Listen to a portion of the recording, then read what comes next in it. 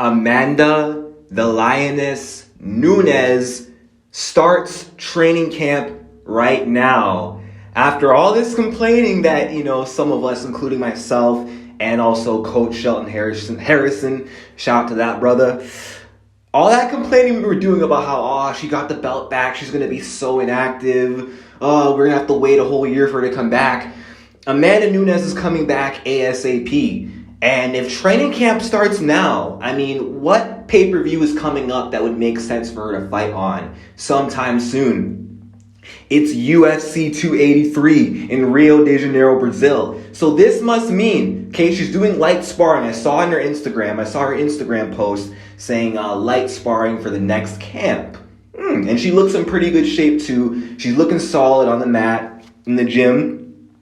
All right, in that little octagon in her gym, she's looking good, looking sharp, looking in shape, like fight camp shape that she looks in. So Amanda Nunes is more than likely starting camp for UFC 283 in Rio de Janeiro, Brazil.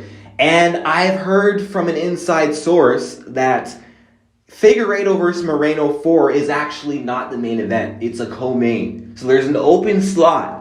And what would headline over them? Because Oliveira just lost his last title fight. He's no longer the champion, and he already stated he's not going to fight at 283. He needs a break. Alex Pereira is not turning around that quickly at 283. There's no other Brazilian champion who right now would be available to fight at 283. And there is a Brazilian title challenger, but he's challenging for the belts in Vegas in a few weeks. Glover Teixeira in December. So who would it make sense to headline? They're not going to do Shevchenko versus Talia headlining over Davis and Figueiredo. Valentina Shevchenko is not meant to headline a pay-per-view without Amanda Nunes in her bracket.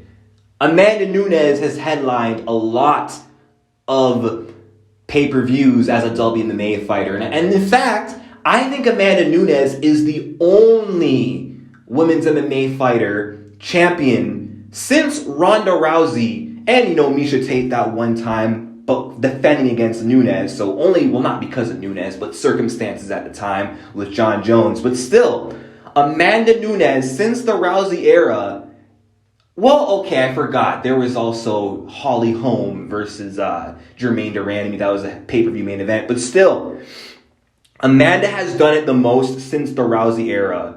As a defending champion, headlining a pay-per-view, headlining UFC 207, headlining UFC 215, headlining UFC 224, and then she went back to co-headlining. But you see a lot of these champions, strawweight champions, and the flyweight champion Valentina, they've always either been fight night headliners or they've only co-headlined pay-per-views. Nunes is the only one of these champions who's able to actually main event. And the only reason why Juliana Pena got the pay-per-view main event spot at UFC 277 because Amanda Nunes was standing across from her. And Amanda Nunes is a big name in the sport of women's MMA, whether you want to admit it or not. Amanda Nunes is somewhat of an icon at this point because of all she's accomplished, her resume, her status as the greatest female fighter alive. So, Amanda Nunes might headline UFC 283. Now that begs the question, is it going to be at 145 or is it going to be at 135? I don't think that they would do Nunes versus Dumont as a main event over Figueiredo versus Moreno 4. So I think what they are going to do is Amanda Nunes versus my homegirl, Irene Aldana. Irene Aldana versus Amanda Nunes might be happening in the next couple of months. Okay, I know Amanda Nunes said that she wants her next fight after beating Pena to be at featherweight. But we all know Amanda Nunes likes to contradict herself a lot. So I think Amanda Nunes is going to go back to 135 and defend against Aldana, okay? I thought Ketlin would get the shot, but she's fighting Raquel Pennington. I wonder why, okay? Juliana Pena is not getting that trilogy with Amanda Nunes in Brazil. That's not happening, okay?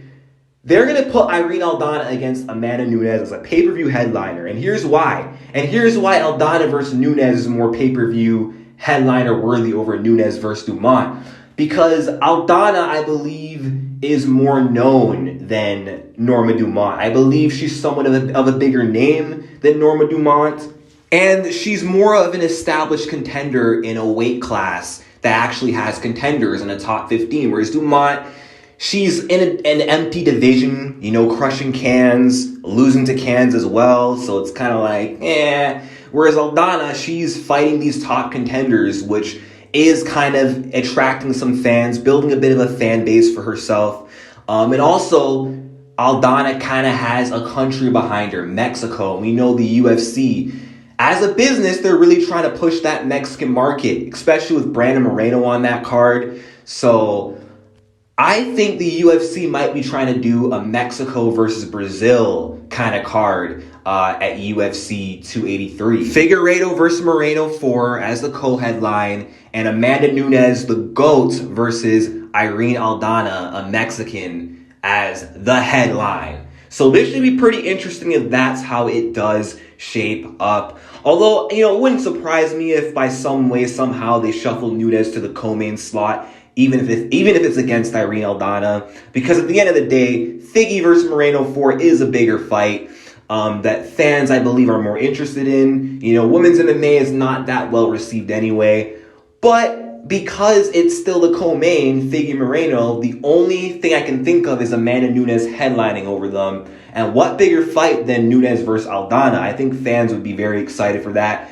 But then another option, if it's not Irene Aldana, I've heard some people, including MMA Guru, shout out to him. I love his channel, by the way. But yeah, he's mentioned, a few others and some friends of mine mentioned that maybe Nunes will headline this card in a trilogy with Valentina Shevchenko. Which, okay, I wouldn't mind that. I wouldn't mind seeing, Nunes versus Shevchenko 3. That's also a big fight. And that could actually headline a pay-per-view like it did 5 years ago. But I think now, in 2023, with Nunes and Shevchenko establishing themselves as dominant champs in their division, I feel like now it would be a bigger pay-per-view. And it would sell a lot more than it did in 2017. Because in 2017, Nunes and Shevchenko were relatively unknown at the time. But now they're widely popular. They're globally popular. Everyone knows them now, even the casuals. So that could happen, but there's just one problem. I don't think Valentina Shevchenko is really on board for this Amanda Nunes trilogy. This is a trilogy that could have happened a long time ago, and if it was going to happen, it would have already happened. But it's all on Shevchenko. Amanda Nunes stated many times she'd be down for a third one.